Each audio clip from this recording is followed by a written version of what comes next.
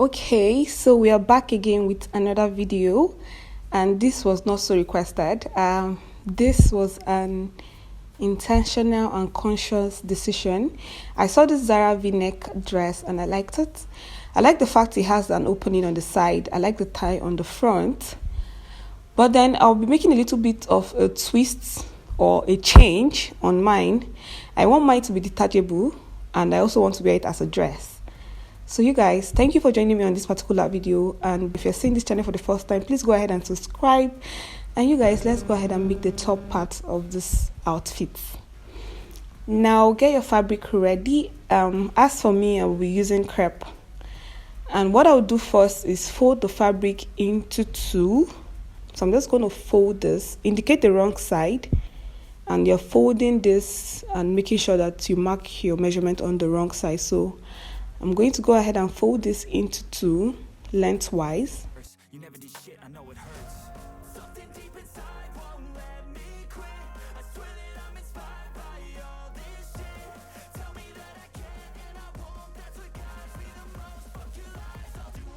I'll go ahead and fold into four widthwise.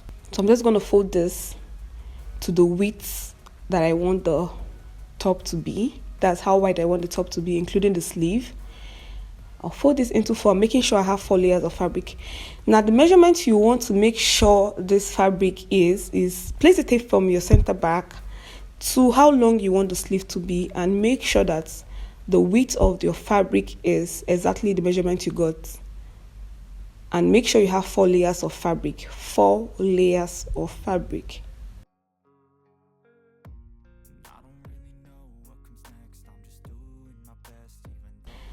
Okay, moving on. The next thing we're going to do is mark our vertical measurements. And for this video, we need only our bust points. So yeah, from the parts where the fabric all meets and they are all in close edge, I'll go ahead and mark my bust points. I'll place my tape from the top of the fabric down to where my bust point will be sitting. And you guys, what we're marking right now is for both the front and the back piece. That is why we folded into 4.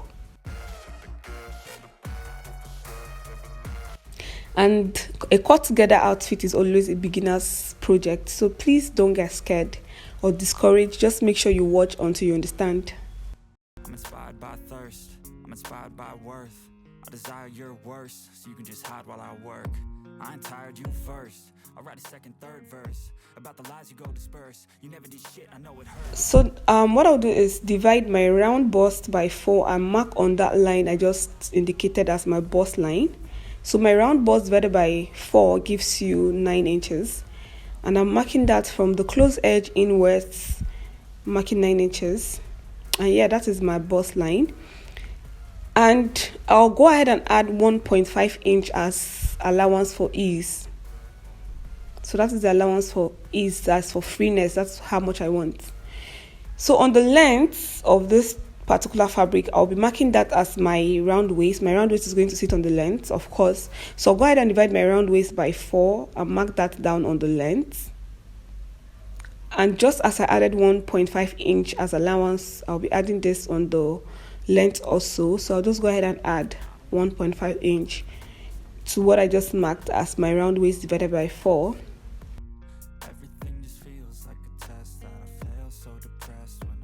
And I'm just going to go ahead and connect both lines together.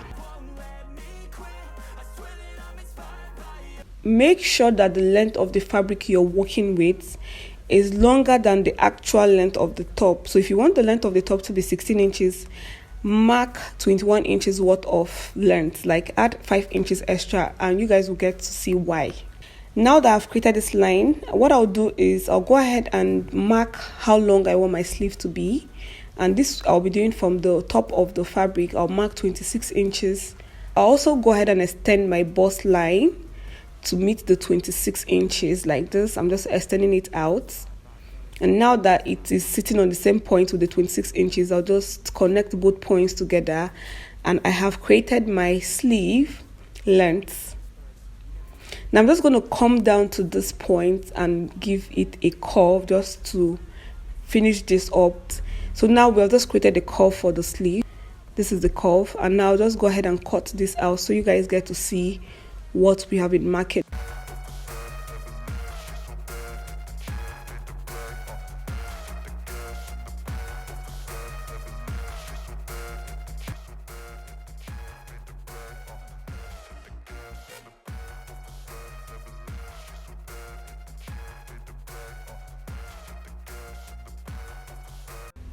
Now I'll be marking the neck width of this top, and the neck width I'm going to be using is 3.5 inches. That is how wide I want the neckline to be. Because this is the front and the back piece sitting together, I'll mark the back neck depth, and for that I'll be using 1 inch. So I'll just mark it like this. I'll come down here by 1 inch, and then I'll go ahead and connect both points together. You don't necessarily need a curve ruler to do this. You can use your free hand and achieve this curve. And once I am done with my neck depth for the back, I'll go ahead and cut this out.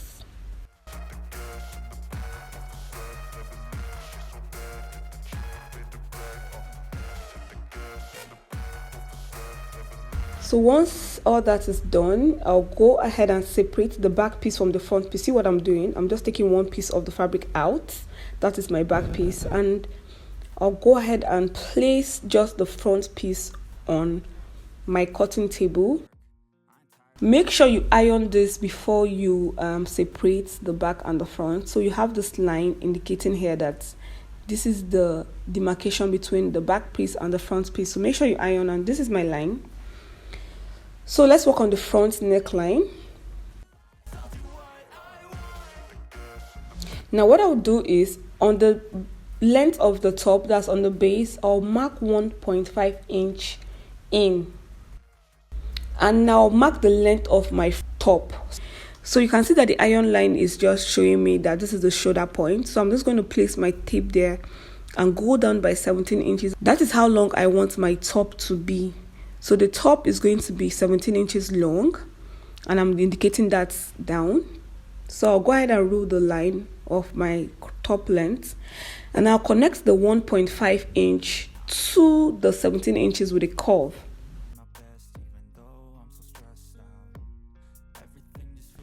So I'm just creating a curve to connect the 17 inches to the 1.5 inch on the base. That is why I said you should add, if you're making the top that is 17 or 18 inches long, make sure you add extra 5 inches allowance to the length because of this. So now let's go ahead and cut this out, and you guys will get to see the shape I just created. Now this is why I don't like marking on the fabric. You guys, you can see that I'm even struggling to see the line I've created. I like to use pattern because pattern is always clear. Yeah. So now I'll go ahead and connect the neck width to the base of the top. I just want to open up my top. You know, you can see that the front of the top is opened. It has like, it's a v-neck of course, but I want to open mine because I'm making mine detachable. So I'm just going to connect the neck width, or connect the neck width down to the length of the top. And I'll go ahead and open this up following the line I just created. If you can see the yellow line, the yellow chalk I just marked, that is what I'm about to open up.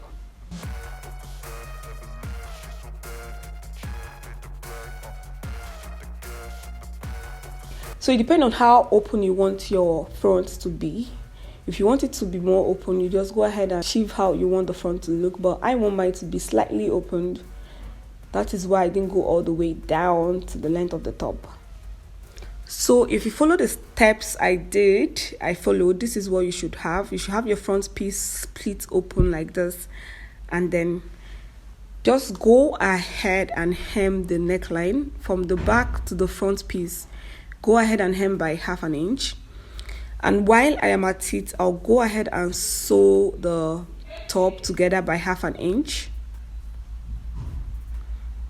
And also I'll hem the base of the top. I'll hem the front by 1/2 inch. Also I'll hem the base of the back top, and after hemming I'll use my hemming gum to hold it down so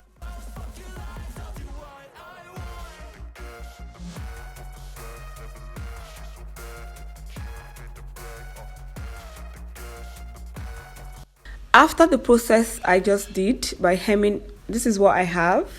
the front and the back piece is joined, and I have the neckline hemmed. I also have the base of the top, the front and the back hemmed, and they are all equal. So this is how it looks.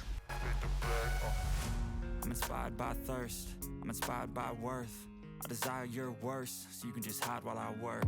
I ain't tired, you first. I'll write a second, third. Now see what I did at the back. After hemming the back, I went ahead to go ahead and hem it also with my hemming gum, so that the back and the front top will be equal, and that's the side joining will be equal. And also I have my front ties hemmed. I just have every part of this top hemmed in.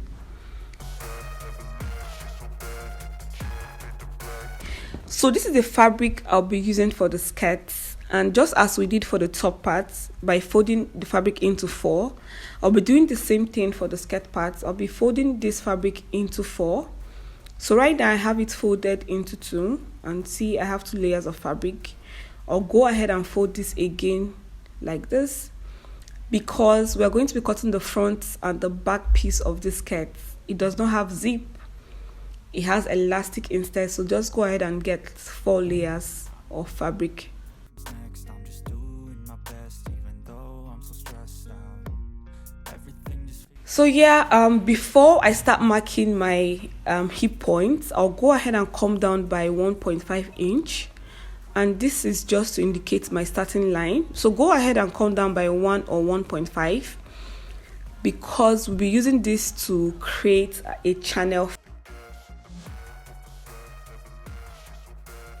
So after I have my starting line indicated, and my starting line is acting as a waistline, I'll place my tape from the waistline and come down by 10 inches as my hip point. So just create your starting line, come down by 1 inch or 1.5, indicate with a straight line that this is your starting line.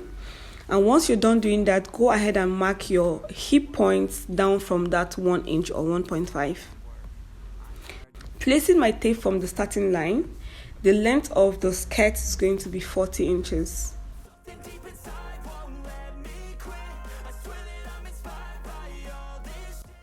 And now I'm just going to divide my round waist by 4, and I'll mark that on my starting line, which is the waistline. My round waist divided by 4 is 7.5, and I'm marking that on the starting line. I'll move to the hip line and divide my round hip by 4.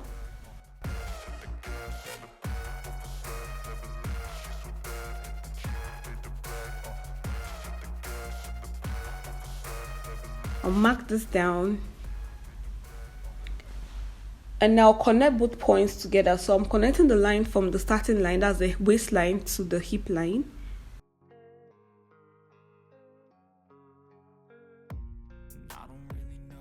I just hope you guys can see my markings. And now I'll go ahead and mark the measurement I have on my hip line on the length. What I have on my hip line is 10.5. I'll be marking that on my length, that the length of the skirt. I'll be marking 10.5. And I'll also connect both lines together using my free hand.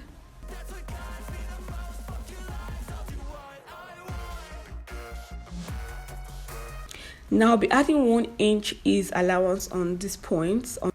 On the waistline, on the hip line, and on the length, I'll add 1 inch allowance. You can add more if you want this to be freer on you. Just go ahead and add more ease allowance, and it's going to be free. So once I added my allowance, I'll connect, and then I will cut this out. I'm inspired by thirst, I'm inspired by worth. I desire your worst, so you can just hide while I work. I ain't tired, you first. I'll write a second, third verse about the lies you go disperse. You never did shit, I know it hurts. Something deep inside won't let me quit. I swear that I'm inspired by all this. So this is what I have. I'll separate the back piece from the front piece. And now on the back piece, I have to create a channel for elastic. That's another reason we left the 1.5 inch allowance. So I'm just going to create the point for the elastic. The elastic I'll be using for my skirt is 1 inch elastic. So I'll go ahead and create a channel on my back piece. I'll create a channel for the elastic. So just make sure that the allowance you're even leaving before your starting point is able to create a channel for your elastic. I'll just go ahead and keep my back piece aside so I can work on the front. On the top of the fabric, I'll go in by 1.5 inch. So I'm just going to connect the 1.5 inch down to the waistline, and I'll cut this out so you guys will see the shape I just created there.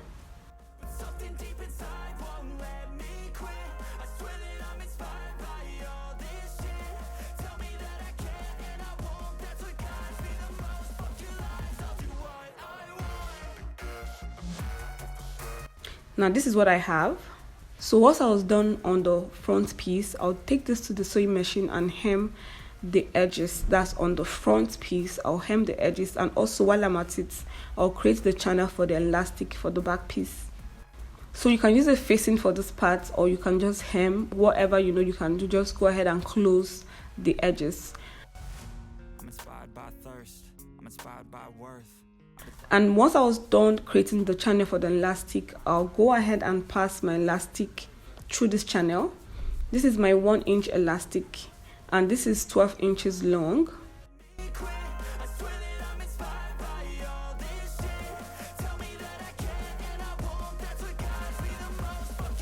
So now I'll just use this. I'll use my sewing needle to hold this in place, and then I'll pass this through the channel I created.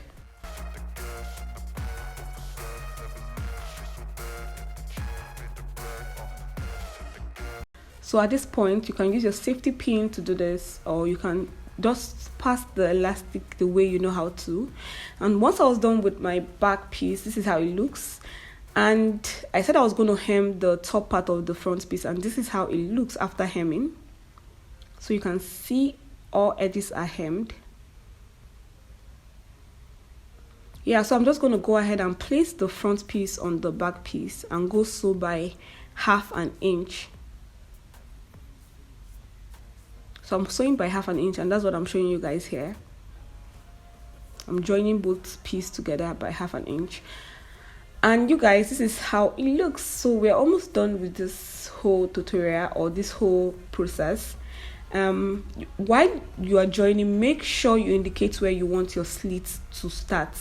So on the sides, if you want to have slits, make sure you go ahead and indicate where it is starting from. Stop, just interlock at the point where you want it to start. And I did that. This is what I have. And you guys, I created a fabric. This is 4 inches long, and I hemmed each side of the fabric. And this is what I'll use to attach to the front piece on the top like this. I'll be attaching this on the top like this, or sew by 1/2 inch. I'll join this to the front piece by 1/2 inch, and this is how it's supposed to look once I'm done joining. So this is how it looks after joining. And now I've created the medium for me to pass my ties. That's from on the front piece of the top, the ties. I'm going to be passing it through this medium, or this channel I've created. So let me show you guys what I mean. So this is the front, and this is the top part of this outfit, and these are the ties. I'm just going to pass it through the medium like this. So tying this through this medium makes this outfit looks a little bit like the Zara v-neck dress. But then when I leave it, like when I don't tie it and just wear it, it just look like a 2-piece skirt and top. So you guys will be seeing this on my after look video. And you guys, now I have to go hem this part by 1/2 inch. I'll hem the slits and also hem the base of the dress. And yeah, I did not hem the sleeve of the top. I'll go ahead and do that also. I'll hem the sleeves. And that is how I was able to create this LookaLike Zara v-neck dress. Hope you enjoyed this process. Hope you like this video. Let me know in the comment section if you enjoyed this whole process. Please, I would love to see your comments. And don't forget to give this video a thumbs up. You guys, go ahead and give it a thumbs up. Help me share. And you guys, my birthday is coming up soon on the 28th of this month. I hope you guys are going to show me love by sharing my videos on other platforms. I will really appreciate you guys doing that. And thank you so much once again, Amazing Creative, for being who you are, for supporting me. I really appreciate each and every one of you. I'll be seeing you guys on my next video. Love and light always. Keep up the great work, guys. We are growing and I love it. Bye. Worth. I desire your worst, so you can just hide while I work. I ain't tired, you first. I'll write a second, third verse about the lies you go disperse. You never did shit, I know it hurts. Something deep inside.